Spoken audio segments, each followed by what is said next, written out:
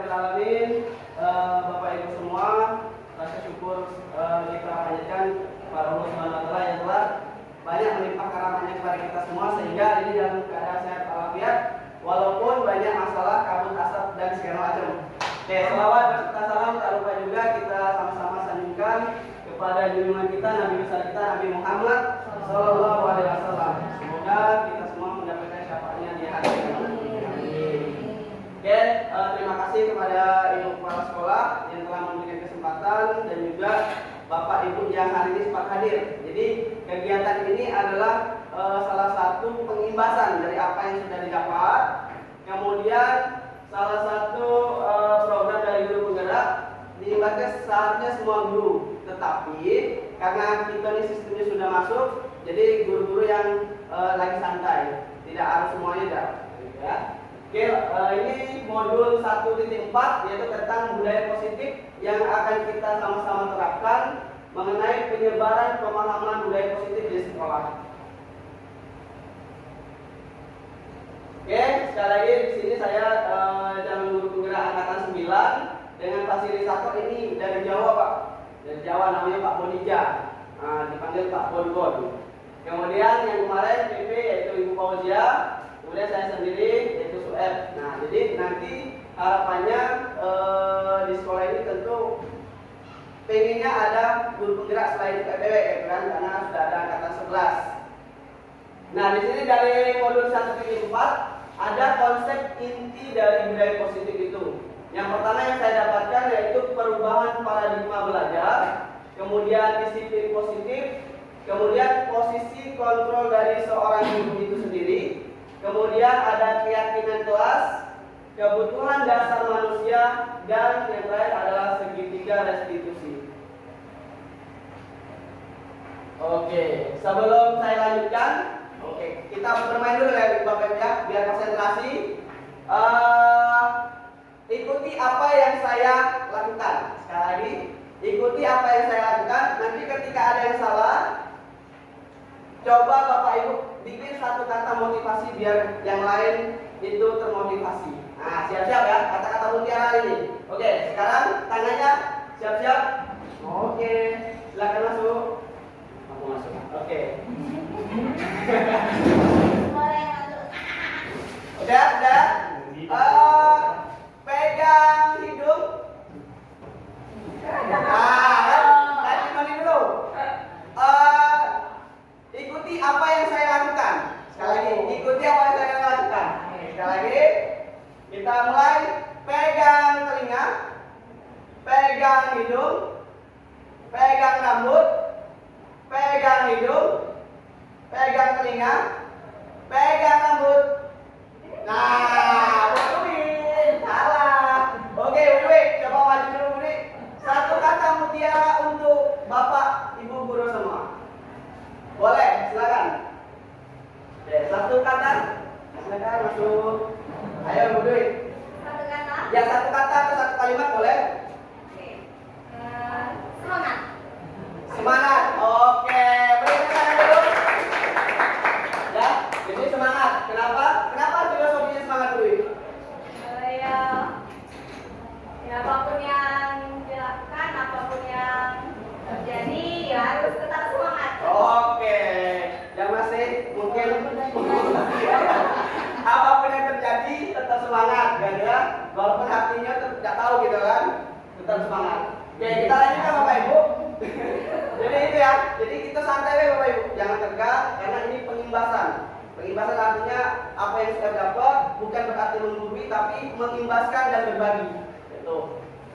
Pertama pembelajaran dengan paradigma baru. Nah di sini apa yang sudah saya dapat yaitu pembelajaran dengan paradigma baru merupakan pembelajaran yang dirancang berdasarkan prinsip pembelajaran berdiferensiasi.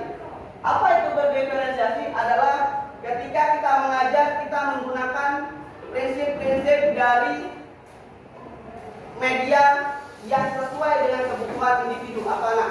Contoh, seandainya kita mengajar itu tidak perlu harus membaca terus. Mungkin Bapak Ibu lebih berpengalaman, ada yang membuat poster, kemudian membuat PPT, membuat video itu namanya berdiferensiasi. Jadi anak membuat tugas sesuai dengan kemampuannya, sesuai dengan apa yang dia pengen. Pak, seandainya aku pengen nih membuat hafalan matematik tapi dengan menyanyi, boleh, silakan. Contoh satuan panjang. Coba kita sama-sama hafal ya. Satuan panjang. Kucing hitam dalam mobil, iya iya yo. Desi cantik mondar mandir, iya iya yo. Nah itu apa maksudnya? Kucing apa kucing? Kilometer. Dia berpikir kreatif dengan apa yang sudah dia punya.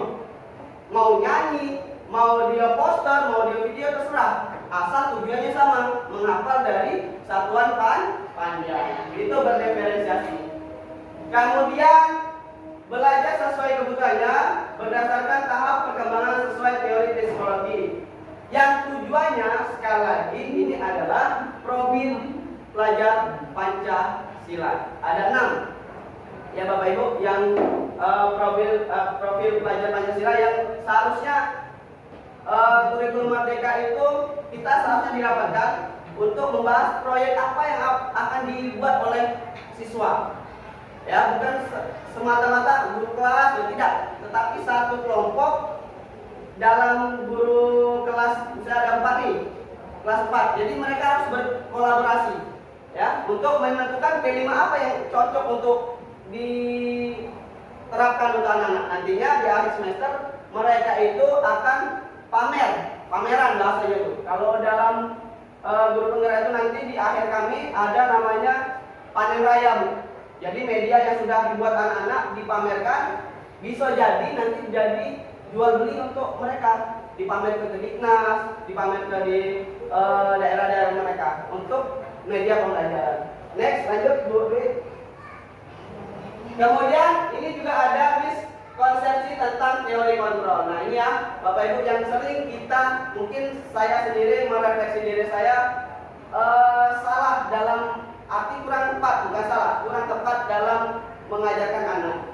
Yang pertama, ilusi bahwa kritik merupakan membuat rasa bersalah mampu menguatkan karakter. Contoh, terkadang saya sendiri Bapak Ibu mengingatkan anak dengan cara membuat bersalah anak. Misalnya nih, anak-anak tolong perhatikan Bapak nih, kita akan belajar ini tentang satuan panjang. Sudah kita jelaskan dengan media sebagus mungkin. Anak tidak memperhatikan. Kita panggil, silakan, coba maju. Kamu ini sudah Bapak ajarkan satuan panjang tetapi tidak memperhatikan, tidak kasihan dengan Bapak.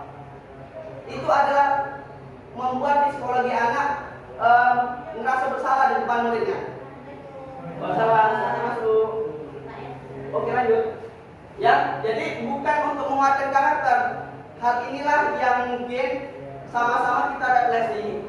Kritik dan membuat bersalah mampu menguatkan ini seharusnya bukan seperti itu, tetapi alangkah baiknya kita panggil secara berdua, face to face dengan anak tersebut. Kemudian kita arahkan bagaimana sistem pembelajaran dia yang dia inginkan, seperti itu. Kemudian ilusi guru mengontrol murid. Jadi seolah-olah guru itu mengontrol murid itu full. Padahal pada intinya murid itu memiliki keyakinan sendiri, memiliki kontrol sendiri. Selanjutnya, ilusi bahwa semua penguatan positif, efektif, dan bermanfaat. Selanjutnya, ilusi bahwa orang dewasa berhak memaksa. Nah ini juga Bapak Ibu ya, sekali lagi bahwa kita seorang guru seharusnya, saya sendiri itu baru sadar, bukan untuk memaksa anak untuk mengerti, tetapi menuntut anak untuk dapat mengerti hal itu.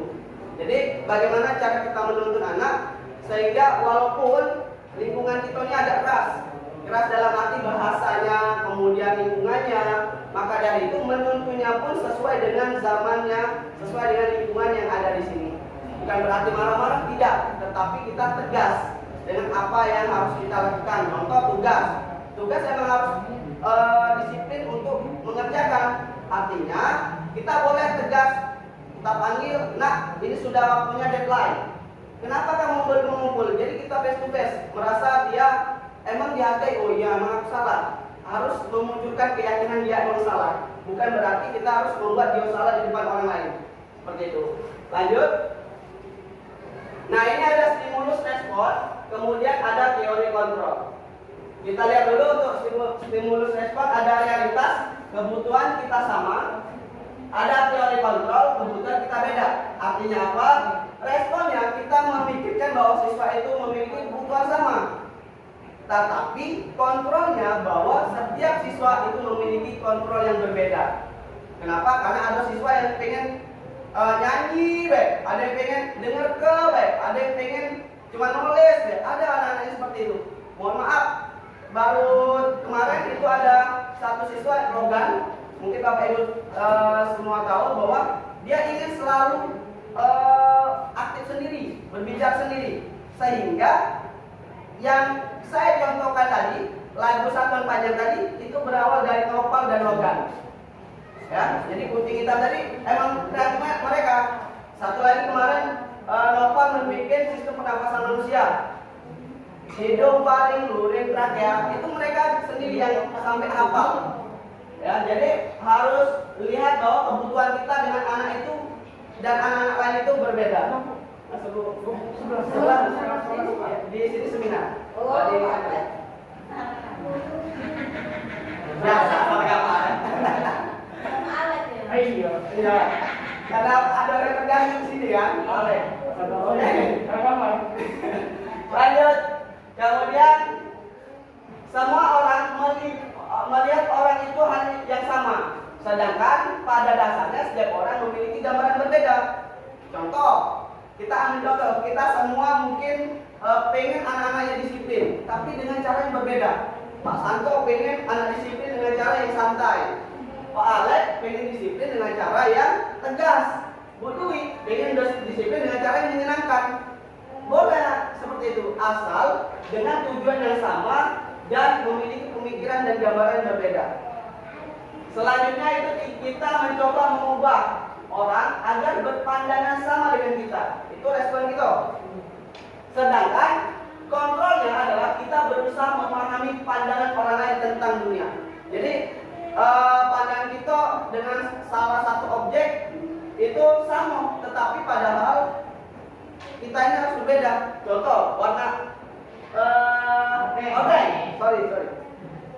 Warna oranye mungkin mencoba mengubah agar pandangan kita sama nih, oranye, tetapi pikiran kita beda. Masa warna biru kok ada warna oranye, jadi kok panas. Ada lagi yang lain, kok tinggian, kok ngapain ini bentuknya, pasti kayak itu. Artinya apa? Artinya kita berusaha memahami pandangan yang si pembeli dan yang membelikan dan yang membuat ini, ya memasang ini. Artinya apa? Kita pahami lah. Oh, berarti yang membeli ini mungkin instruksi, terus yang masang ini mungkin yang instruksi juga. Jadi kita memahami untuk sama-sama membuka pandangan bahwa orang lain juga memiliki pandangan yang berbeda. Jangan saling memaksa. Selanjutnya, perilaku buruk dilihat sebagai suatu kesalahan. Seharusnya semua perilaku memiliki tujuan. Jadi tidak semua perilaku buruk perilaku itu memiliki kesalahan. Ya, jadi anak-anak yang melakukan keaktifan di kelas bukan berarti mereka melakukan kesalahan, akan tetapi mereka itu memiliki tujuan. Kenapa sih mereka itu biasanya itu pengen diperhatiin, pengen maju, pengen aktif dewek. Ya, Bapak Ibu ya. Lanjut Bu, nanti bisa di-share di grup PPT-nya. Ada yang disebut disiplin positif. Ini juga di modul 1.4. Disiplin positif itu berasal dari kata disiplina, yang artinya belajar disiplin mengacu pada diri sendiri yang memiliki tanggung jawab. Jadi disiplin itu emang harus muncul dari tanggung jawab murid kita sendiri. Terhadap apa? Terhadap apa yang mereka lakukan. Tentu berdasarkan nilai-nilai yang diyakini. Disiplin positif sendiri merupakan salah satu penerapan disiplin yang bertujuan untuk menumbuhkan kesadaran. Jadi kita membuat di kelas itu disiplin tentu ingin siswa-siswanya sadar, murid-murid itu sadar bahwa itu penting. Bukan hanya di sekolah, tapi di lingkungan masyarakat. Kalau di sekolah ini tentu tugas, kemudian masuk, baju itu harus disiplin semua. Apa penerapan di masyarakat? Ya contoh sederhana itu pembayaran iuran warga itu kan kalau itu memang tidak kata disiplin, seralah. Dan banyak hal lain juga ya Bapak Ibu ya. Sebagai pendidik saya sendiri dan harapannya kita semua menciptakan peserta didik yang memiliki disiplin sendiri sehingga mereka berperilaku mengacu pada nilai-nilai kebajikan universal dan memiliki motivasi intrinsik. Nah ini ya ada 2 poin ketika seorang pendidik kita sendiri Bapak Ibu ingin memunculkan disiplin diri untuk apa? Untuk bertanggung jawab sesuai dengan nilai-nilai kebajikan dan sesuai motivasi intrinsik, artinya dari dalam. Next. Nah, ini yang dimaksud nilai-nilai kebajikan.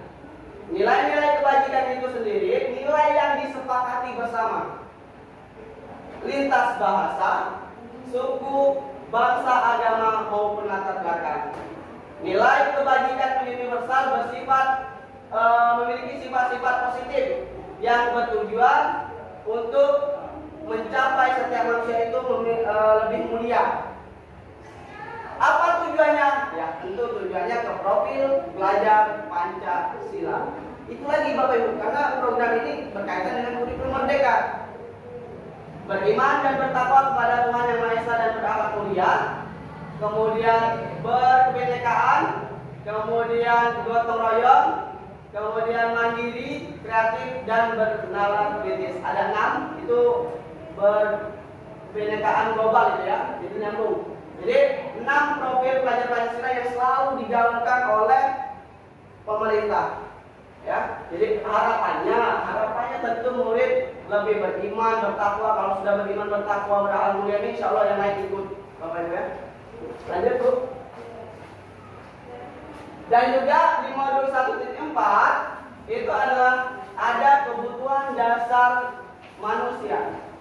Kebutuhan dasar di sini segala sesuatu yang kita lakukan untuk mendapatkan apa yang kita inginkan. Jadi benar-benar dasar. Setiap manusia pasti memiliki ini.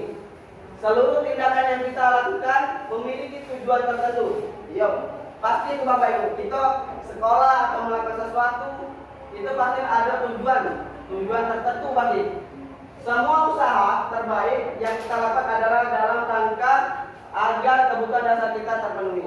Kita masuk sekolah, anak-anak masuk sekolah tentu ingin mendapatkan ilmu dan pembelajaran yang lebih bagus lagi. Kemudian ingin kayak mana sih sistem kedepannya mau pengen naik kelas. Nah itu adalah kebutuhan dasar dari manusia. Selanjutnya, ini adalah 5 dasar dari kebutuhan manusia itu sendiri. Yang pertama adalah bertahan hidup.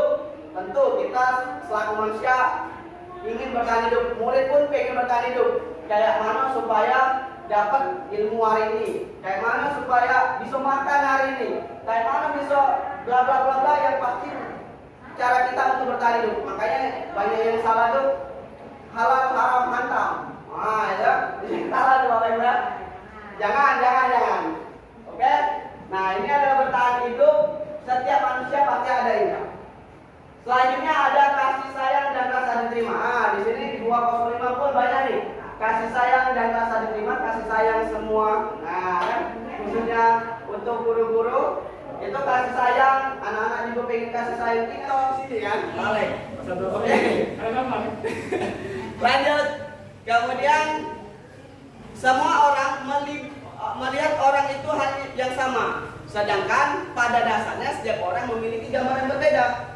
Contoh, kita ambil contoh, kita semua mungkin pengen anak-anaknya disiplin, tapi dengan cara yang berbeda. Pak Santo pengen anak disiplin dengan cara yang santai. Pak Alek pengen disiplin dengan cara yang tegas. Bu Dwi pengen disiplin dengan cara yang menyenangkan. Boleh seperti itu, asal dengan tujuan yang sama dan memiliki pemikiran dan gambaran yang berbeda.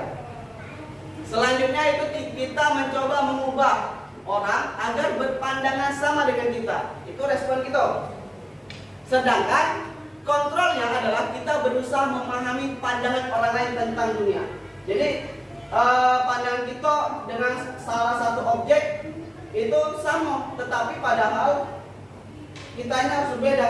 Contoh warna odeng, warna odeng mungkin mencoba mengubah agar pandangan kita sama nih, oranye ya, tetapi pikiran kita beda.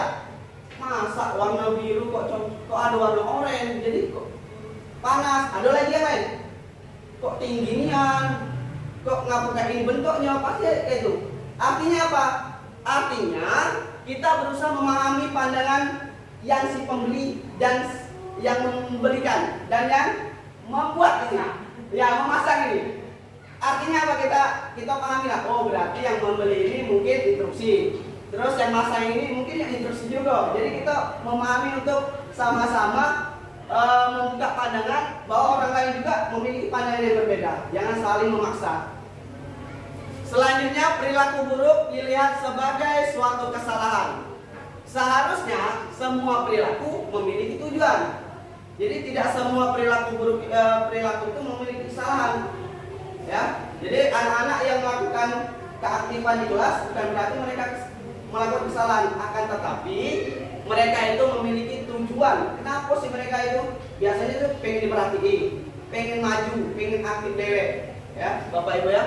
Lanjut Bu Wit. Nanti bisa di-share di grup PPT-nya. Ada yang disebut disiplin positif. Ini juga di modul 1.4.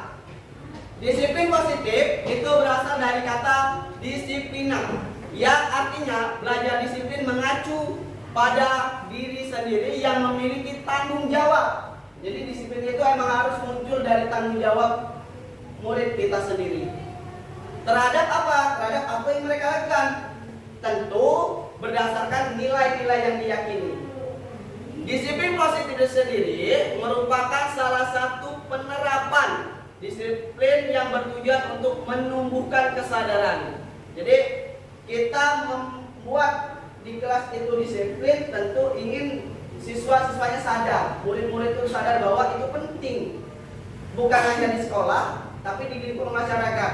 Kalau di sekolah ini tentu tugas, kemudian masuk, baju itu harus disiplin semua. Apa penerapan di masyarakat? Ya contoh sederhana itu pembayaran iuran warga, itu kan kalau kita memang tidak kasih disiplin, seralat. Dan banyak hal lain juga, ya Bapak Ibu ya.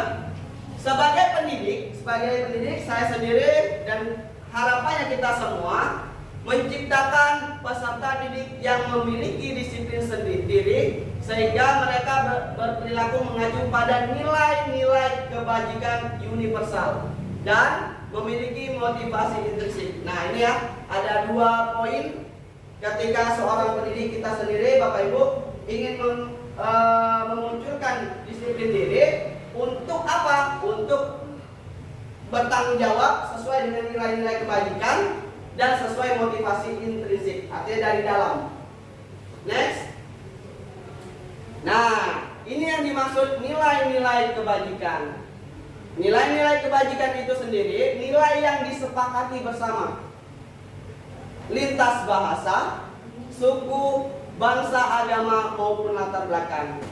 Nilai kebajikan universal bersifat memiliki sifat-sifat positif yang bertujuan untuk mencapai setiap manusia itu lebih mulia. Apa tujuannya? Ya tentu tujuannya ke profil pelajar Pancasila. Itu lagi Bapak Ibu, karena program ini berkaitan dengan kurikulum merdeka. Beriman dan bertakwa kepada Tuhan Yang Maha Esa dan berakhlak mulia, kemudian berkebinekaan, kemudian gotong royong, kemudian mandiri, kreatif, dan bernalar kritis. Ada 6, itu berkebinekaan global itu ya, jadi nyambung. Jadi 6 profil pelajar Pancasila yang selalu digaungkan oleh pemerintah. Ya, jadi harapannya tentu murid lebih beriman, bertakwa. Kalau sudah beriman, bertakwa, berakhlak mulia ini, insya Allah yang lain ikut, Bapak Ibu ya. Lanjut Bu. Dan juga di modul 1.4 itu adalah ada kebutuhan dasar manusia. Kebutuhan dasar di sini segala sesuatu yang kita lakukan untuk mendapatkan apa yang kita inginkan. Jadi benar-benar dasar. Setiap manusia pasti memiliki ini. Seluruh tindakan yang kita lakukan memiliki tujuan tertentu. Yuk, pasti itu Bapak Ibu. Kita sekolah atau melakukan sesuatu itu pasti ada tujuan tertentu pasti. Semua usaha terbaik yang kita lakukan adalah dalam rangka agar kebutuhan dasar kita terpenuhi. Kita masuk sekolah, anak-anak masuk sekolah tentu ingin mendapatkan ilmu dan pembelajaran yang lebih bagus lagi. Kemudian ingin kayak mana sih sistem kedepannya, pengen naik kelas. Nah itu adalah kebutuhan dasar dari manusia. Selanjutnya, ini adalah 5 dasar dari kebutuhan manusia itu sendiri. Yang pertama adalah bertahan hidup. Tentu kita selaku manusia ingin bertahan hidup. Murid pun pengen bertahan hidup. Kayak mana supaya dapat ilmu hari ini, kayak mana supaya bisa makan hari ini, kayak mana bisa bla bla bla bla, yang pasti cara kita untuk bertahan hidup. Makanya banyak yang salah tuh, halal haram hantam. Ya, yang salah tuh Bapak Ibu ya. Jangan. Oke? Nah, ini adalah bertahan hidup. Setiap manusia pasti ada ini. Selanjutnya ada kasih sayang dan rasa diterima. Di sini 205 pun banyak nih. Kasih sayang dan rasa diterima, kasih sayang semua. Nah, kan khususnya untuk guru-guru itu kasih sayang, anak-anak juga pengen kasih sayang kita. Kemudian rasa diterima. Rasa diterima di sini anak-anak yang mohon maaf broken home, pisah antara ibu dan bapak, kemudian kenakalan mereka, itu adalah bentuk mereka pengen diperhatikan Bapak Ibu. Kenapa sih aku di rumah kena marah, di sekolah kena marah, terus padahal kelakuan dia tidak sesuai dengan disiplin kelas tadi, ya. Maka rasa diterima di sini dipedulikan, berbagi, kerjasama, menjadi bagian dalam kelompok. Kemarin salah satu dari siswa kelas 6 itu kenapa dia coret, tiba-tiba coret, tiba-tiba ini, karena itu pengen rasa diterima tadi. Kenapa nangis? Ya tadi, karena tadi pengen ada rasa diterima dalam kelompok. Kemudian penguasaan di sini ada harga diri, keinginan untuk dianggap memimpin, berprestasi diakui dan didengar. Tentu murid pasti ingin didengar. Sekali lagi, murid pasti ingin didengar, ingin dianggap, ingin memimpin. Nah, tugas kita adalah memfasilitasi mereka untuk yang pantas untuk memanggil guru ketika jam kosong itu ketua kelas, karena sudah ditunjuk. Itu salah satu contoh. Ada yang lain lagi, anak-anak ketika kalian ingin berbicara, coba angkat tangan, biar tidak semuanya ribut. Itu adalah salah satu contoh kecil agar penerapan ini, penguasaan diri mereka itu dihargai, memiliki kesempatan yang sama. Kemudian kebebasan. Sekali lagi, kebebasan untuk murid itu bebas mengekspresikan apa yang mereka inginkan, dengan catatan kita masih menuntun, kita masih mendidik, kita masih mengajar. Tidak boleh dia bebas, Pak aku nak ngomong ini, jangan. Tetapi tetap kita arahkan anak-anak, kita berbicara sopan santun di kelas, kita buat peraturan dan keyakinan kelas yang harus disepakati bersama dan kita laksanakan bersama, sehingga kebebasan itu anak-anak bisa memilih dan mengontrol apa yang dia inginkan, tidak bebas kelepasan gitu ya.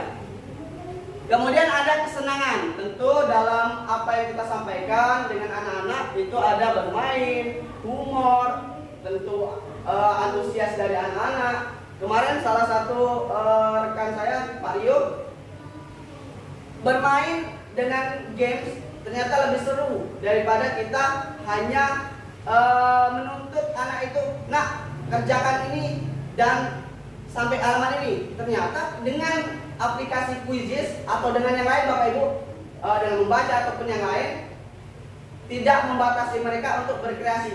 Pak aku Pak, udah galak, nulis Pak, aku nak praktek baik. Tapi yang inilah, tujuan inilah. Misalnya rukun Islam ada yang buat poster, ada yang buat nyanyian, ada yang buat langsung Bu, aku nak ngadu Pak Ibu, biar tidak repot di rumah, silahkan. Itu adalah salah satu kesenangan dan cara belajar berdiferensiasi atau bermacam-macam metode pembelajaran. Lanjut Bu Dwi. Selanjutnya yaitu ada motivasi perilaku manusia. Ini juga yang selama ini saya rasa saya belum pantas dan masih banyak kekeliruan. Ada motivasi ekstrinsik yang tadi menjadi disiplin diri tadi, pertama bertanggung jawab, kemudian motivasi intrinsik. Nah ya, ada X, ada in. Ekstrinsik itu dari untuk menghindari ketidaknyamanan dan hukuman. Jadi ketika kita anak-anak, kemarin saya juga pernah melakukannya.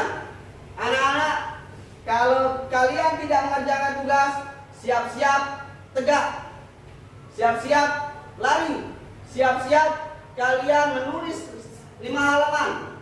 Nah itu adalah bentuk hukuman sehingga anak-anak termotivasi. Itu seharusnya tidak dilakukan.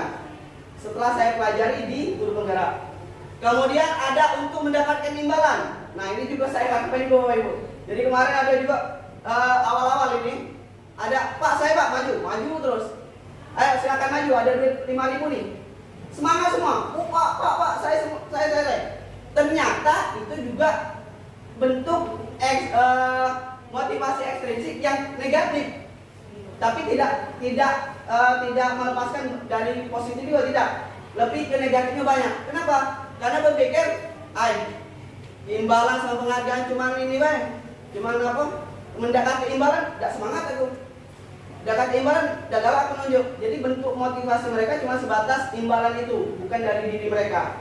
Sehingga sepantasnya itu adalah motivasi intrinsik untuk menjadi orang yang mereka inginkan dan menghargai diri sendiri dengan nilai-nilai yang mereka percayai. Jadi mereka emang benar-benar ingin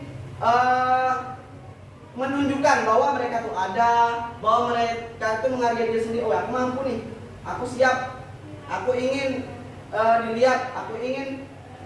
Intinya mereka itu sadar bahwa nilai-nilai yang mereka percaya itu adalah nilai-nilai kebajikan.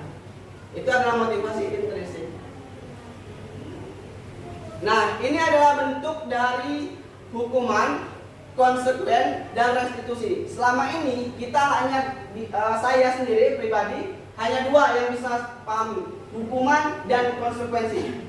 Hukuman tiba-tiba tidak terencana atau tiba-tiba. Kenapa datang terlambat? Macet Pak, alasan tegak 5 menit. Itu tiba-tiba, itu hukuman. Bapak Ibu ya, itu adalah hukuman.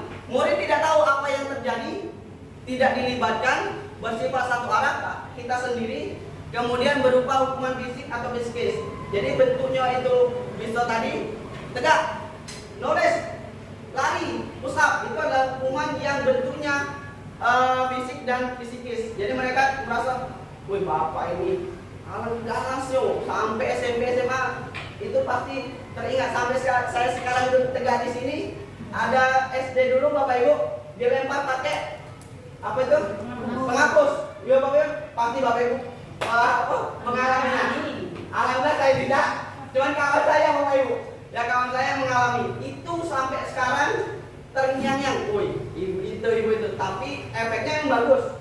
Siswa disiplin. Arahnya siswa disiplin, cuman rasa trauma itu yang sampai sekarang sampai dewasa ini masih terngiang-ngiang. Nah, pelajaran. Nah, gitu ya. Itu tadi ya. Konsekuen. Nah, konsekuensi ini terencana atau disepakati. Jadi, anak-anak kita besok mengumpulkan tugas ini. Kalau tidak mengumpulkan, akan kita sepakati bersama. Apa hukumannya? Contoh Pak Rio, apa hukuman Pak Rio? Kalau siswa tidak membuat PR, ya, maka konsekuensinya dia harus membuat global. Membuat global. Oh, global. Oke. Kalau Bu Tari? Kalau siswa tidak buat PR, maju ke depan. Maju ke depan. Oke, jadi itu konsekuensi. Jadi sudah disepakati di awal. Besok tinggal aplikasinya. Siapa nih siswa-siswanya? Seharusnya itu juga kurang tepat. tapi boleh dilaksanakan tetapi kurang tepat. Bukan salah Bapak Ibu ya, cuman kurang tepat. Seharusnya ketika siswa mengalami permasalahan yang menurut kita itu kurang pas, itu kita lakukan dengan restitusi. Apa sih restitusi? Adalah proses menciptakan kondisi bagi murid yang memperbaiki kesalahan, kemudian proses kolaborasi yang mengajarkan murid mencari solusi sendiri. Jadi restitusi ini adalah pendekatan kita terhadap murid. Kita panggil, kenapa anak, kita cari dulu alasannya. Kenapa sih dia udah ngerjain? Kenapa nian? Apakah dia malas? Apakah dia emang tidak mau mengerjakan, tidak suka pelajaran itu? Sehingga kita validasi dengan keyakinan kelas yang sudah kita bikin. Gimana nih nak? Keyakinan kelas itu kemarin kan ada mengumpul tugas atau PR tepat waktu. Terus untuk apa itu? Dan yang lain mengingatkan, sehingga itu adalah mereka, oh iya Pak, aku salah, aku emang malas Pak. Sehingga mereka kayak mana solusinya? Insya Allah besok saya akan memperbaiki. Sehingga mereka mencari solusi sendiri. Apa nilai kebajikannya? Bertanggung jawab dan mandiri, sehingga mereka harus bekerja sendiri dan bertanggung jawab atas apa yang mereka lakukan.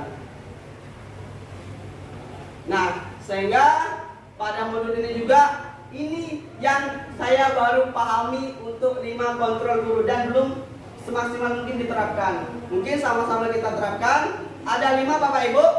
Yang pertama itu penghukum. Jadi seorang guru itu sebagai penghukum. Kemudian seorang guru itu pemantau. Kemudian seorang guru itu teman. Dan seorang guru itu membuat merasa bersalah.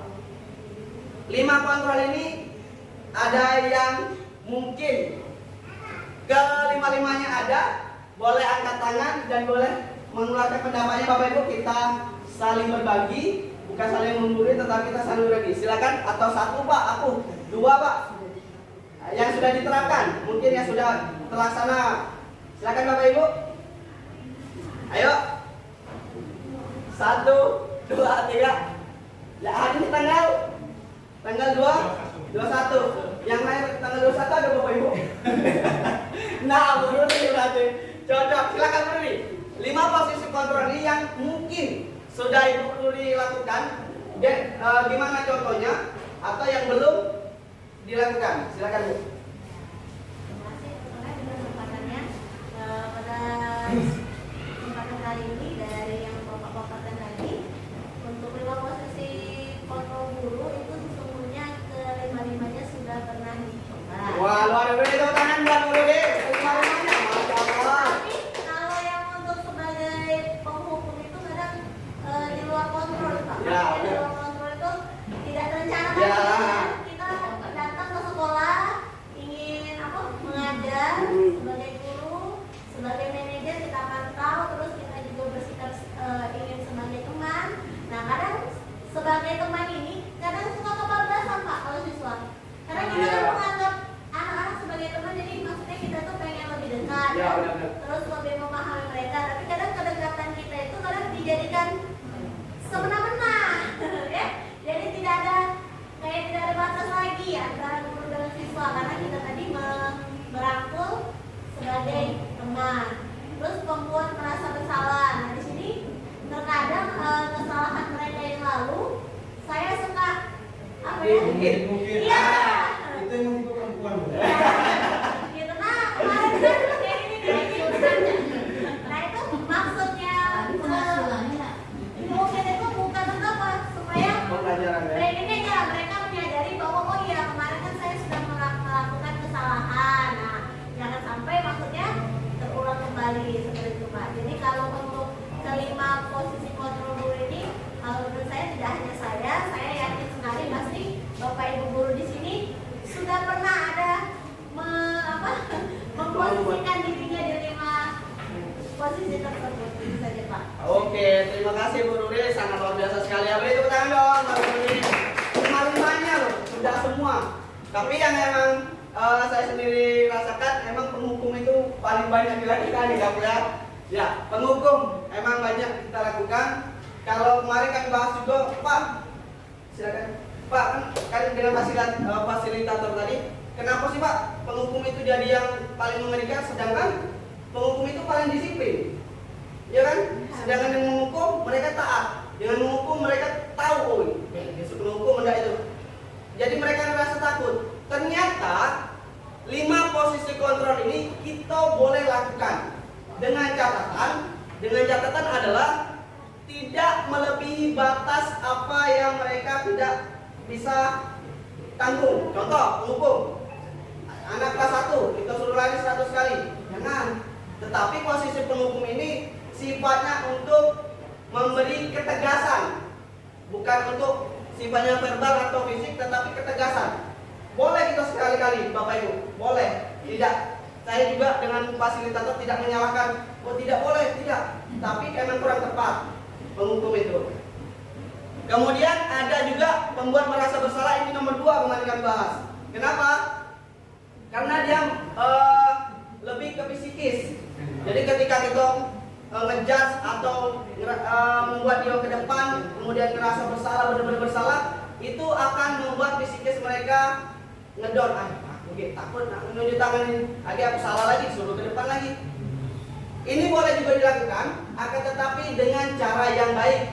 Dengan cara kita face to face, kita ajarkan, nah tadi itu kurang tepat loh jawabannya, atau boleh silakan anak-anak untuk menjawab salah benar nanti. Boleh, Bapak Ibu. Jadi semua sudah menjawab. Oke, jawaban yang tepat adalah ini. Siapa yang tepat tadi yang kata Nana? Itu boleh Bapak Ibu.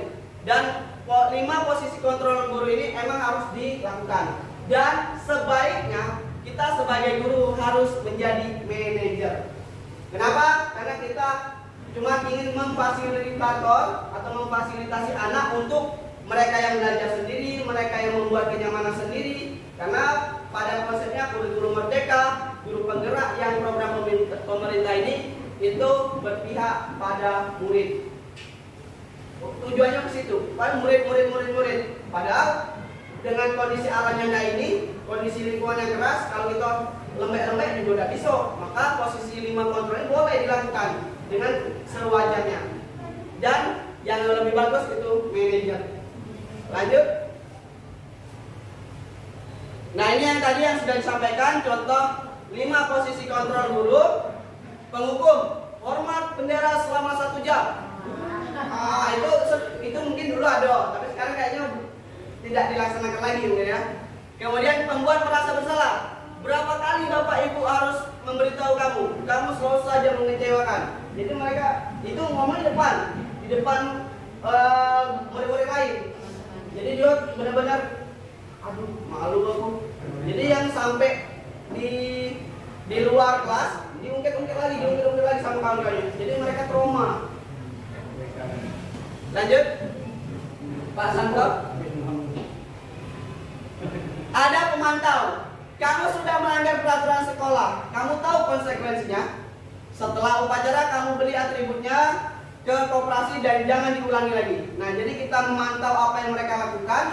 Kemudian sekali lagi kita dekati dan ditahu apa konsekuensinya dan mencari solusinya. Teman, nah ini tadi.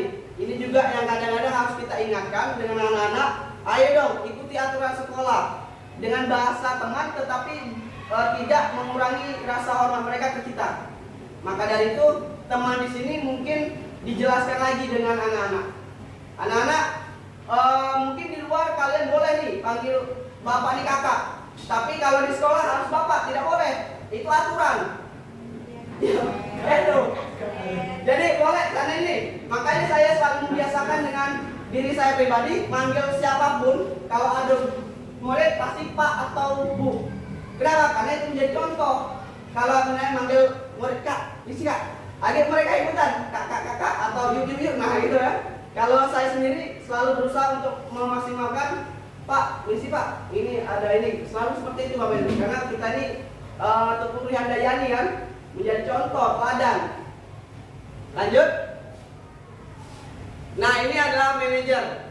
Apa kamu tahu kesalahanmu? Jadi kita langsung memfasilitasi. Tahu tidak sih salah kamu apa? Kira-kira bagaimana memperbaikinya? Sesuai tidak dengan keyakinan kelas yang sudah kita bikin? Sesuai tidak dengan kesepakatan? Jadi mereka iya Pak, emang salah dan saya siap memperbaiki dengan cara seperti ini. Jadi kita mengarahkan sebagai manajer. Next. Ini keyakinan kelas. Mengapa bukan peraturan kelas? Ada yang bisa sedikit berpendapat? Oke Bapak Ibu. Oke, Bu Nuril lagi silakan. Kalau peraturan itu kan bersifat mengikat ya. Oke. Dan ada unsur keterpaksaan tanpa ada kesadaran. Jadi itu namanya aturan, memang diatur sedemikian rupa. Kalau keyakinan itu kan munculnya dari dalam diri ya. Iya, Jadi benar sekali. kita punya kesadaran tanpa harus tuh nanti kalau melakukan aturan sebenarnya. Jadi kalau keyakinan itu memang munculnya dari dalam diri sesuatu sendiri. Oke, Masya Allah, tampaknya luar biasa sekali. Boleh tangan dong. Wah, jadi benar kata Bu Nuril tadi, ternyata peraturan kelas itu sifatnya mengikat dan membuat, jadi tadi mereka merasa takut, tidak nyaman di kelas. Sedangkan keyakinan kelas ini adalah sifatnya itu kata-kata yang sudah positif. Contoh, kita ambil contoh sedikit, jangan buang sampah sembarangan. Kita ganti, buanglah sampah pada tempatnya. Jadi sudah bukan jangan lagi, tidak boleh terlambat, datang tepat waktu. Jadi tidak ada kata-kata yang membuat mereka itu takut, tetapi mereka sudah sadar, oh ini telat dah ya, oh ini sampah ini kan harus dibuang pada tempatnya. Jadi mereka sudah harus sadar dari dalam diri mereka. Itulah tadi motivasi intrinsik dari dalam diri. Lanjut Pak Santo. Nah ini kemarin juga sempat saya buat tentang pembentukan keyakinan kelas. Keyakinan kelas ini dibuat secara bersama. Mungkin bisa diterapkan kelas 3, 4, 5, dan 6. 3, 4, 5, dan 6. Kenapa kelas 1, 2 tidak? Karena kelas 1, 2 itu biasanya pembiasaan Bapak Ibu. Kita pembiasaan nih. Anak-anak jangan kerjain berdua ya, lanang dengan cewek. Ya udah, lanang dengan cewek yang kerja berdua. Kita buat tulis. Mereka pasti tetap masih berdua baik, bertiga baik. Karena emang itu harus pembiasaan. Kita ingati terus, kita pantau terus. Emang seperti itu. SD ini setahu saya baru masuk SD ini karena sifat SD ini adalah untuk bermain dan untuk pembiasaan. Kalau SMP baru pembentukan. Maka dari itu pembiasaan inilah yang akan kita lakukan bersama-sama. Maka bersifat abstrak, kemudian berupa pernyataan universal, jadi secara umum. Kemudian dibuat dalam pernyataan positif yang tadi, jangan membuang sampah, jadi buanglah sampah pada tempatnya. Kemudian tidak jangan berbicara toksik, jadi membuat berkata sopan santun. Nah seperti itu. Selanjutnya disesuaikan dengan kondisi kelas dan sekolah sehingga mudah diterapkan. Jangan memaksa Bapak Ibu. Contoh, seandainya contoh kecil itu kita harus membawa gadget, semuanya wajib untuk pembelajaran khusus seni budaya. Karena untuk nyanyi atau nari tidak semua ada HP, tidak semua punya gadget, sehingga disesuaikan saja. Oh, soalnya siapa nih yang punya HP, kita bikin kelompok. Siapa nih yang rumahnya dekat atau yang orang tuanya mampu, boleh nih bawa HP-nya seperti itu. Atau hal-hal yang lain Bapak buat, itu contoh kecil. Semua warga sekolah dan warga kelas dilibatkan saat membuat keyakinan kelas. Jadi ini intinya kalau kita membuat keyakinan kelas di kelas ya murid. Kalau sekolah tentu Bapak Ibu guru. Itu tidak lepas Bapak Ibu. Kenapa kita kadang-kadang ngapa sih cair terus? Ngapa cair? Karena itu tadi kita tidak dibuat kesepakatan dulu. Kita dikumpulkan dulu dengan keyakinan, oh iya aku nih bakal salah nih, emang ini salahnya. Sudah sadar dalam diri dewe, bukan berarti takut dengan aturan, tetapi sudah sadar sebagai seorang guru. Lanjut Bapak Ibu. Ini tadi yang pendekatan segitiga restitusi, suatu proses dialog, jadi perbincangan yang dijalankan oleh guru agar dapat menghasilkan murid yang mandiri dan bertanggung jawab. Ini yang akan kita terapkan di sekolah kita, yang sama-sama kita berusaha untuk jangan sampai menjadi penghukum, jangan sampai jadi pembuat merasa bersalah, walaupun itu tetap tidak lepas dari kontrol kita Bapak Ibu ya. Misalnya terlepas, oh sudah, berarti oh salah berarti apa nih, jangan seperti itu lagi. Misalkan ada anak terpanggil dengan cara segitiga restitusi, ada menstabilkan identitas, ada validasi, ngaku audio tindakan juga itu, kemudian menanyakan keyakinan. Lanjut. Jadi pertama itu menstabilkan identitas. Berdasarkan prinsip membuat kesalahan adalah bagian dari proses pembelajaran. Jadi mereka itu kenapa kok seperti itu? Bapak tahu itu salah dan Bapak merasa saya mencontek nih, mencontek prosedur emosi dengan yang si pencontek tadi. Kita panggil yang mencontek tadi, yang emosi tadi, yang dicontek tadi. Kenapa nak kok marah? Iya Pak, emang dia ini nyontek terus setiap hari. Oh iya wajar mau marah karena itu buatan hasil lu sendiri. Kerja keras wajar itu. Jadi kita menstabilkan identitas dulu. Kemudian dengan bahasa apa? Berbuat salah itu wajar.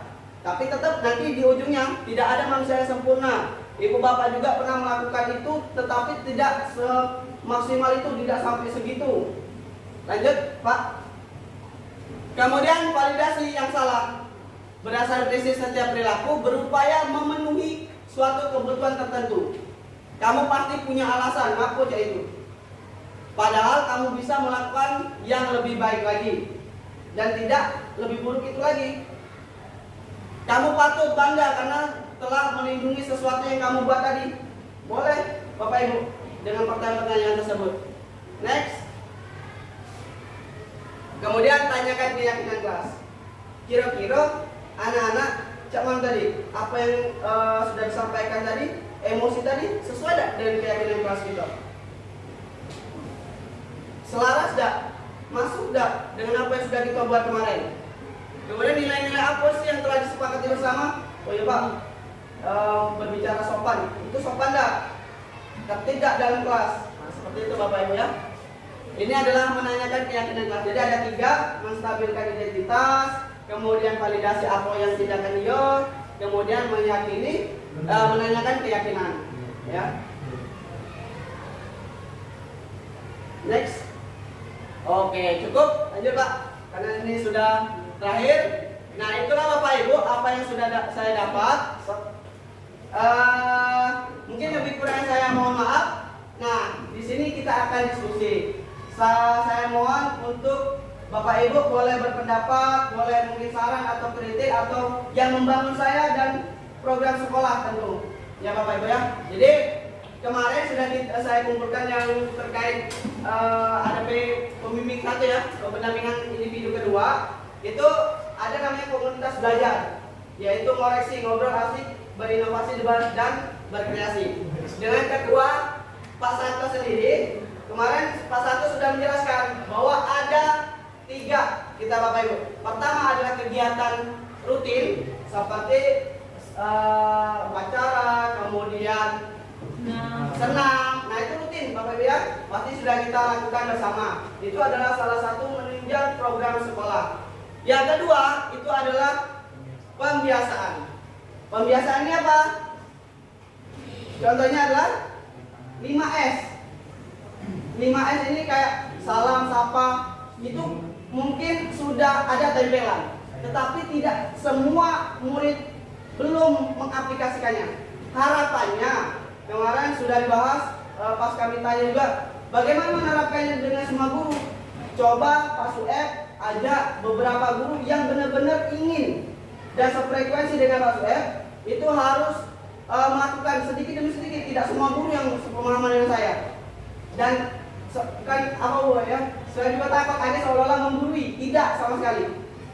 Maka dari itu ini ada 5S nih, kita sama-sama mungkin salam, bukan hanya guru kelas B, semua guru harus disalami. Bukan senyum dengan Pak Sueb, dengan Bu Dian juga, dengan Pak Alif juga. Kadang-kadang anak ini mele Bapak Ibu.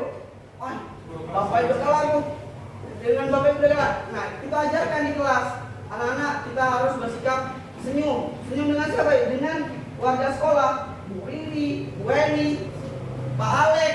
Jangan melege pas tanda kalau ada senyum dengan Pak Alek, siapa Bu Riri? Kadang-kadang. Nah, itu tadi Bu, makanya pembiasaan itu kita lakukan di dalam kelas dengan memberikan arahan, menuntun anak. Karena itu tadi, dan juga diawali dengan gurunya. Kalau gurunya itu saling di depan murid itu saling sapa, saling salaman atau saling ngobrol, enjoy, murid Pak insya Allah akan nurut. Karena dia melihat kan, manusia yang paling pintar untuk mengamati adalah anak-anak. Karena mereka itu pengamat yang paling baik.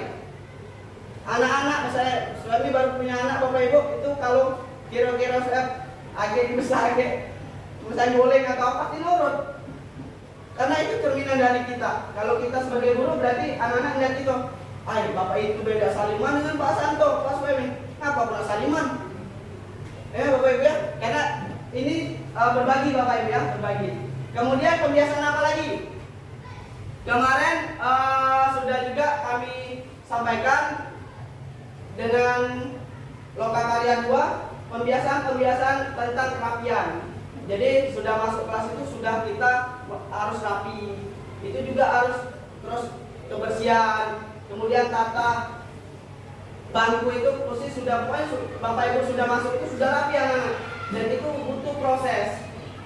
Kemudian ada juga pembiasaan untuk berbaris di depan, mungkin kelas 2 ya. Nah itu pembiasaan yang bagus itu, luar biasa. Kemarin sudah kami laporkan, Bu ini kami ada foto ini, kemarin pas di situ, oh sudah bagus Pak, saya tinggal mengimbaskan dengan guru-guru lain. Kayak mana supaya di semua dari kelas itu menerapkannya.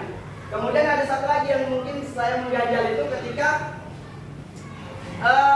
anak-anak atau wali murid yang mungkin masuk gitu.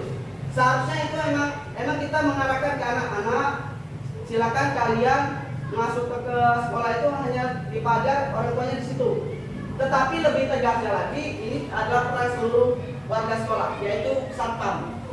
Itu juga Bapak Ibu, karena itu yang paling penting. Karena kalau saya pribadi berpikir pembiasaan itu dimulai dari hal kecil, dari satpam dulu, dari guru, dari murid, dari kepala sekolah. Kalau di sekolah yang dulu itu satpamnya, Bu maaf Bu, mau apa?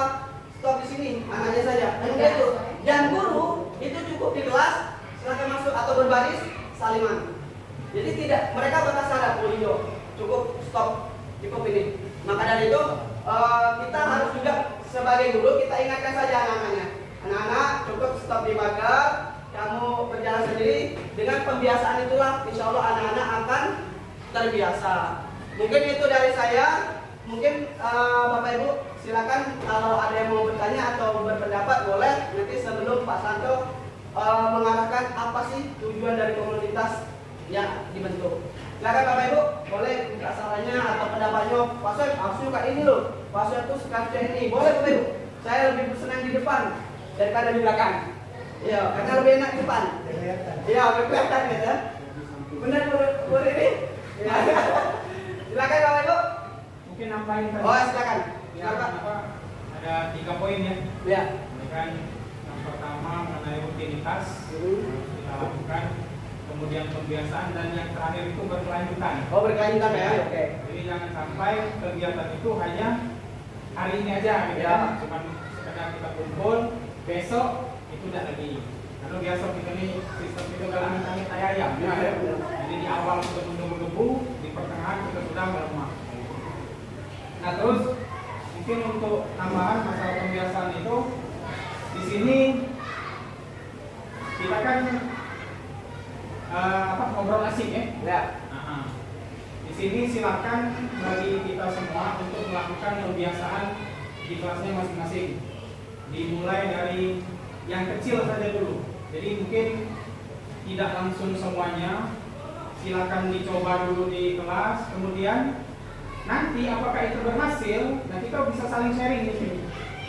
Kayak gitu. Mungkin di kelas Alek dengan metodenya mungkin kan kalau pas masuk kemarin aku lihat Ibu Meli ya, Ibu Meli itu kalau anak masuk dia pakai sistem TOS. Ada itu TOS, ada apa gitu kan, waktu dia baris anak-anak ada TOS, kemudian ada CAI kayak gitu. Nah itu mungkin suatu hal yang baik yang bisa kita contoh. Mungkin tidak semuanya ya, tapi bisa kita coba. Kita nih intinya mencoba supaya apa imbas dari kegiatan guru penggerak ini bisa terwujud bagi kita semua. Mungkin itu ya Bapak Ibu. Dan terima kasih kepada Pak Santo.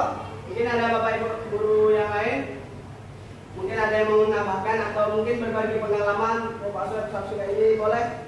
Pak Dio, Pak Alek, mungkin ibu-ibu cukup? Cukup ya? Ada Pak Alek? Oke, sampai kan? Sampai kan ya, coba Pak, biar jadi mulai.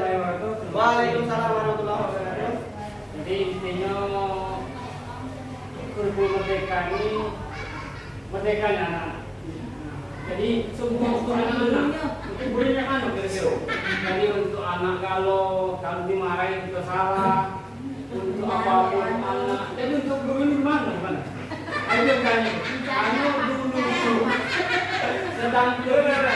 sedang kita tegas ke anak-anak nurut, apalagi dalam putih.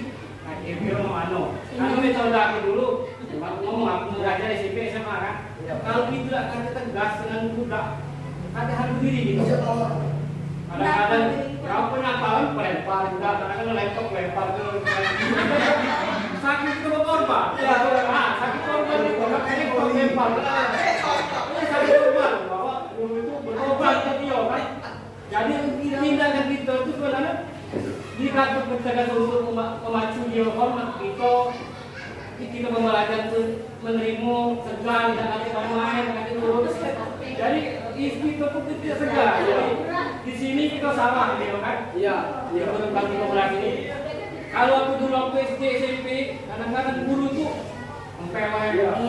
Tapi sifat kami terkenal dengan guru. Bukan aja doang gitu. Jadi motivasi kita lebih bagus lagi.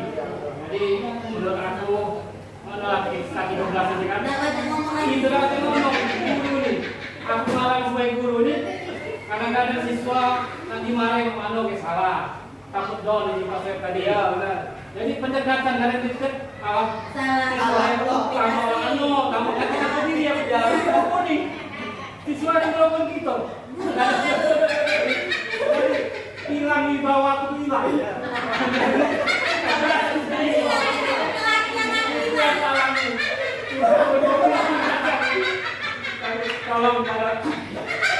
Kalau baca guru enggak tuh guru juga wibawa juga dipandangkan jangan itu siswa baik.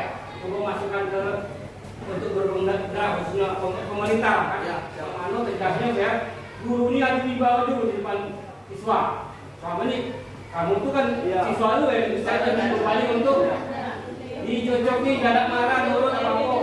Ini kalau bisa kita marah tegasnya kan ada mau yang benar anak ini kan. Jadi saran kami, saran aku senior untuk guru ini kalau baca ada di bawah pengacaranya sistem pengajarannya. Kalau bukan sistemnya kan langsung tatap muka dan di kanan pesawat laju. Aku di sini tidak pernah marah. Nah, kalau itu baik. Kalau kempal, kita tahu daerah sini kita tahu daerah Tapas ini kalau sudah dikit takutnya tapi kalau kita melindungi di sekolah melindungi dan hak di sekolah itu hak guru. Kalaupun kesalahannya wajar, kalau sampai darah udah kan lalu contohnya dibawa. Kalau sekedar di GWF berasa dicoba dikit kalau ibu kan lagi di sini kan.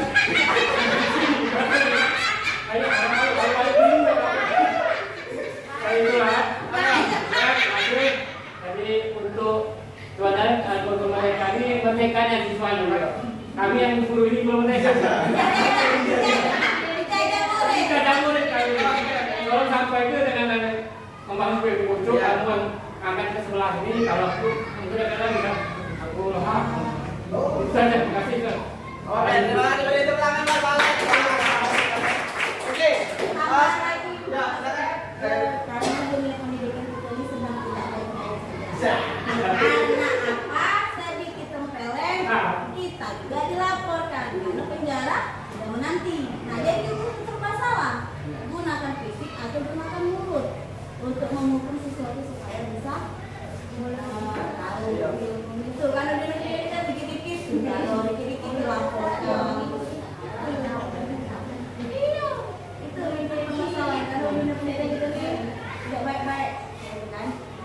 Oke, terima kasih sarannya. Mungkin sedikit menanggapi, nanti juga kami sampaikan kasus yang lain.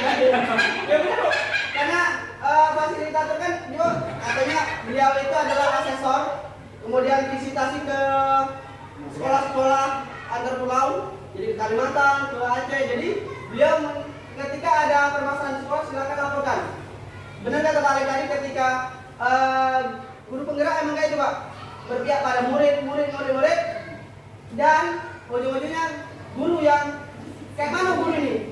Mungkin sedikit menambahkan atau berpendapat ya. Kita berpendapat. Jadi tugas 5 kontrol guru tadi boleh dilaksanakan Pak. Mau menghukum, mau merasa bersalah ataupun sebaiknya tadi manajer. Cuma itulah fungsi dari kompetensi guru. Ada pedagogik, ada sosial, kepribadian dan profesionalisme. Jadi untuk apa? Karena bagaimana kita menghukum dengan ketegasan. Yaitu kita belum masih belajar dari Pak Alek, Pak Santo dan Bapak Ibu guru lain. Itu tadi. Bagaimana kita sama-sama kita menghukum, tapi dengan tegas. Nah itu juga yang masih bingung.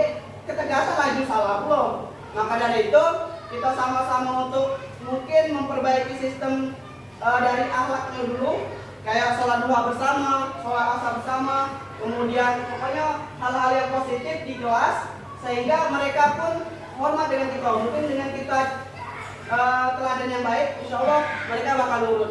Cuma tadi prosesnya tidak mudah Bapak Ibu. Makanya minta tolong Bapak Ibu, kalau saya salah tegur, tidak apa-apa, lebih baik di depan daripada di belakang. Gatel lagi. Ya, coba Bapak Ibu, lebih enak kayak itu. Ya, mungkin itu saja. Ada lagi tambahan, Pak? Cukup? Oke, mungkin itu saja karena sudah mati lampu, artinya pembagian sudah. Oke. Terima kasih atas perhatiannya. Saya akhiri. Wassalamualaikum warahmatullahi wabarakatuh. Nanti tolong Bapak Ibu boleh kembali ke sana ya nanti ya. Mungkin sedikit ya. Lihat sini. 2, 4, 6, 8, 10, 12. Oke, Bapak Ibu ya. Terima kasih. Assalamualaikum warahmatullahi wabarakatuh. Waalaikumsalam warahmatullahi wabarakatuh. Oke, alhamdulillah hari ini anak-anak semua dalam keadaan sehat walafiat. Bagaimana kabarnya anak-anak? Alhamdulillah, luar biasa. Allahu Akbar. Oke, beri tepuk tangan bagi kita semua. Siapa yang ingin memandu tepuk konsentrasi dulu sebelum Pak Soeb mulai hari ini kegiatannya? Silakan. Ayo, tepuk konsentrasi silakan. Oke, boleh. Silakan Mala. Oke, yang lain silakan berdiri. Nah. Oke, lanjut. Tepuk konsentrasi. Aku konsentrasi karena aku ingin tahu guruku berbicara, aku yang mendengarkan siap. Oke, beri tepuk tangan buat anak-anak. Anak-anak, hari ini sebelum memulai pelajaran tema, Bapak akan membuat keyakinan kelas. Kemarin sebelumnya kita sudah buat peraturan kelas. Nah, hari ini Pak Soeb pengen kalian tulis di sini. Nah, di sticky note. Ya, ini namanya sticky note. Ya. Nanti kita tempel keyakinan kelas ini di depan. Ya, di depan sini silakan nanti tempel di sini ya. Pertama di sini nanti tempel apa yang sudah kamu buat. Setelah itu kita sepakati. Ya. Oke. Tolong Pak dibagi kelas itu. Bagi siko-siko. Bagi ini satu-satu. Awas, ada yang sakit.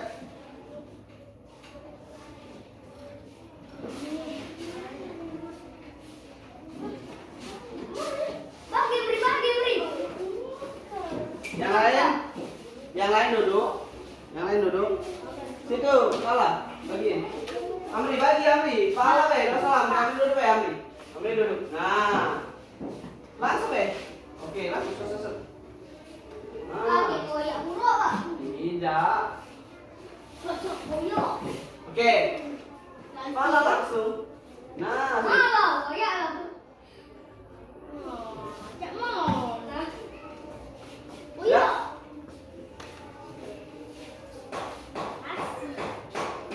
udah. Yang ini Pak. Sini. Oke, sudah ya? Dapat semua nih? sudah dapat semua.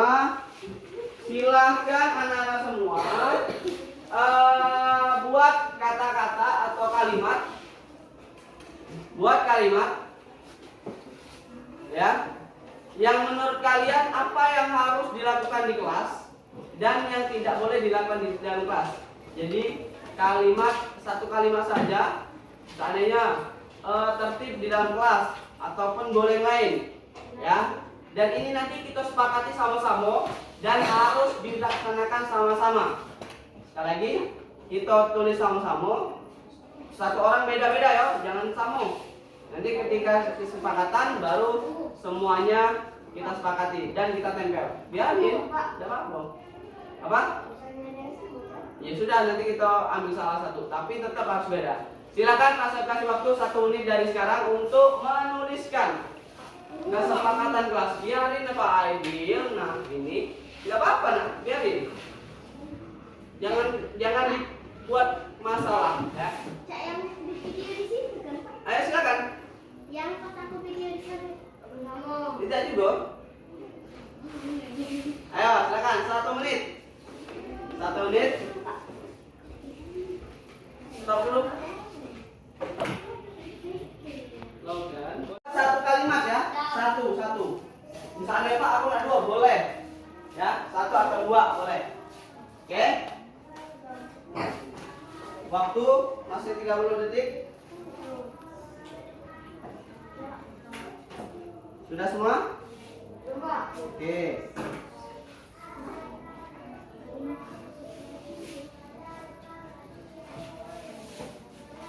Satu kalimat tentang keyakinan kelas, ya. Kita akan membuat keyakinan kelas.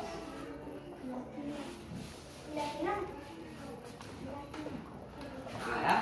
Keyakinan kelas. Jadi keyakinan kelas ini adalah yang akan kita sepakati dan akan kita terapkan di kelas. Ya, selama pembelajaran, tidak dengan password aja, tapi dengan guru-guru lain. Ya, sudah semua? Oke. Pak saya minta dari pahala silakan untuk menempelkan situ. Tempel. Terserah. Buat nama ya. Buat nama dulu, buat nama di atas. Di bawah boleh, di atas boleh, di samping boleh, lelop boleh. Nah, terserah. Itu punya kalian. Ya, bunga boleh. Nah, sudah, silakan pahala tempel. Lanjut Amri. Oke.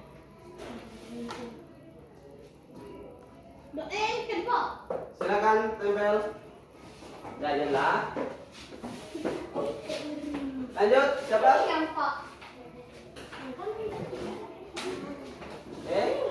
Coba di sini. Kaina. Di situ. Coba di sini. Di pentas di situ. Ini kakinya. Yo, ini kakinya. Lemnya ini habis. Enggak? Oke, nah kayaknya lanjut.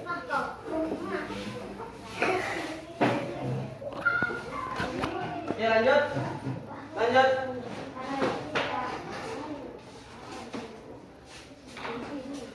Lanjut Dwi. Silakan. Barisan itu silakan tempel satu-satu dari Salib, Aidil, tempel.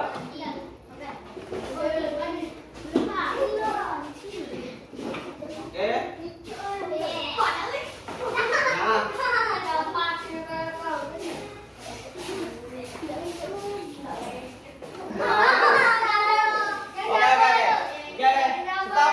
Stop.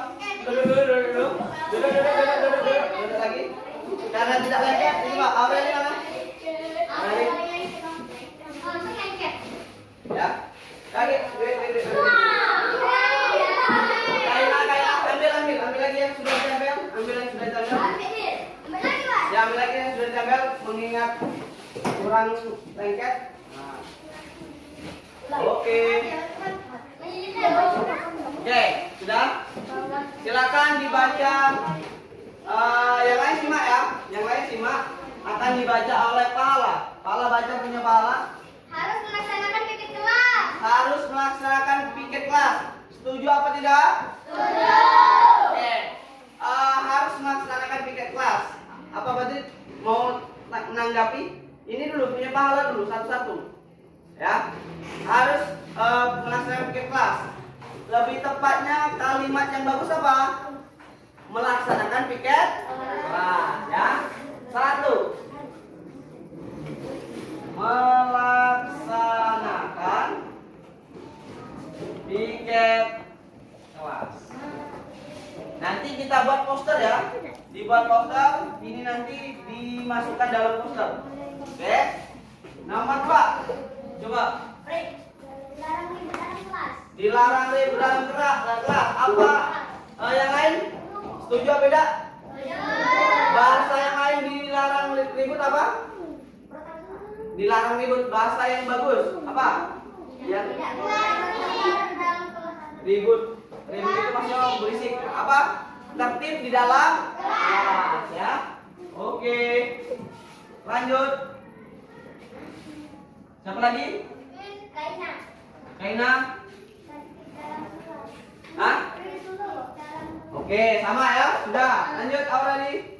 Kita harus mengerjakan tugas rumah. Jika kita tidak mengerjakan tugas rumah, maka itu melanggar keyakinan kelas. Oke, mengerjakan tugas di rumah. Kalau ada PR, setuju apa tidak? Oke, bahasa lainnya Bang? Tidak boleh bermain dalam kelas. Bahasa lain. Bentar, belum. Bahasa lain bahasa lain mengerjakan tugas di rumah itu apa? Harus mengerjakan PR. Bukan? Ayo. Kita mengerjakan pekerjaan rumah. Oke, yang ketiga adalah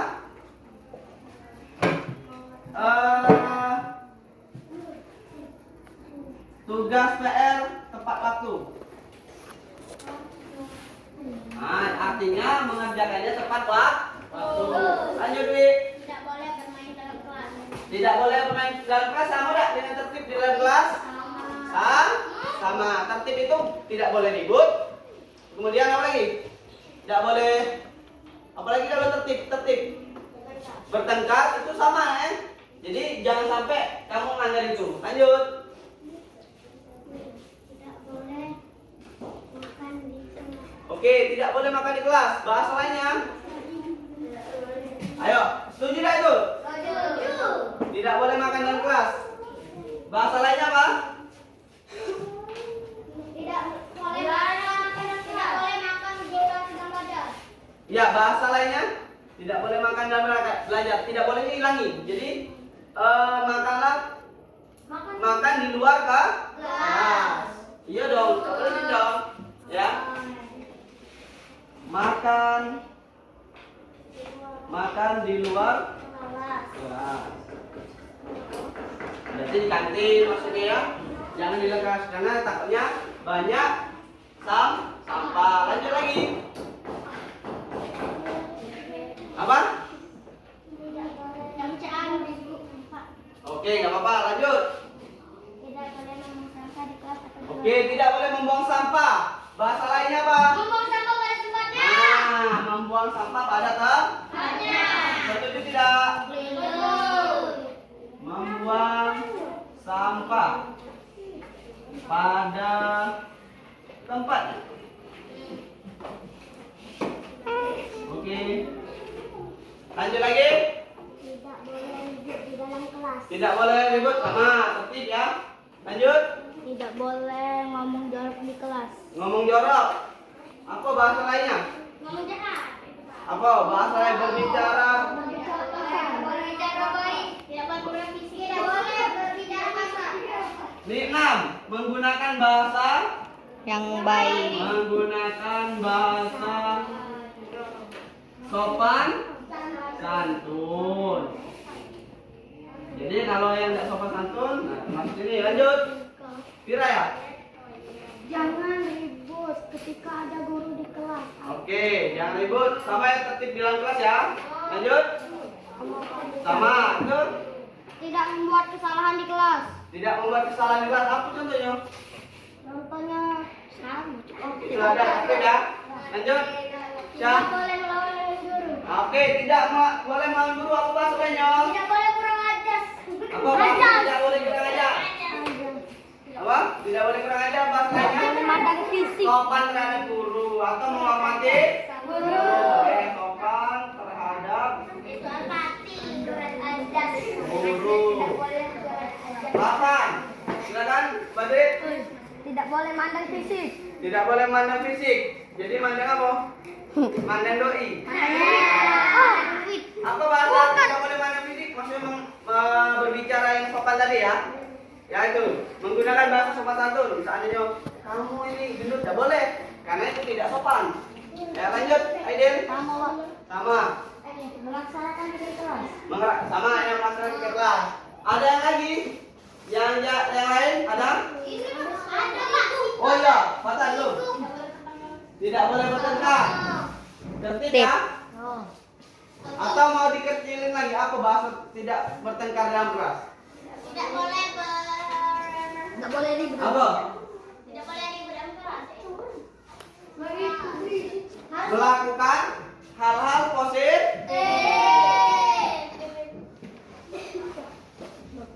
Hal-hal positif. Lanjut. Oke. Kecamatan Johan. Sama kayak siapa? Nomor 5, membuang sampah pada tempatnya. Oke, beri tepuk tangan buat kita semua. Ini adalah keyakinan kelas kita sepakati sama-sama dengan mengetuk spidol, artinya semua harus mentaati, termasuk paswa juga, ya.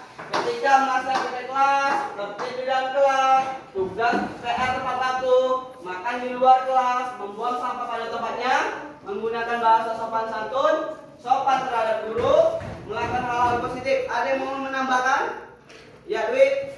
Mendengarkan penjelasan guru. Oke, pintar. Mendengarkan penjelasan guru. Jadi menyimak ya. Mendengarkan penjelasan guru. Ada lagi? Angkat tangan. Penjelasan guru. Oh, satu lagi ya.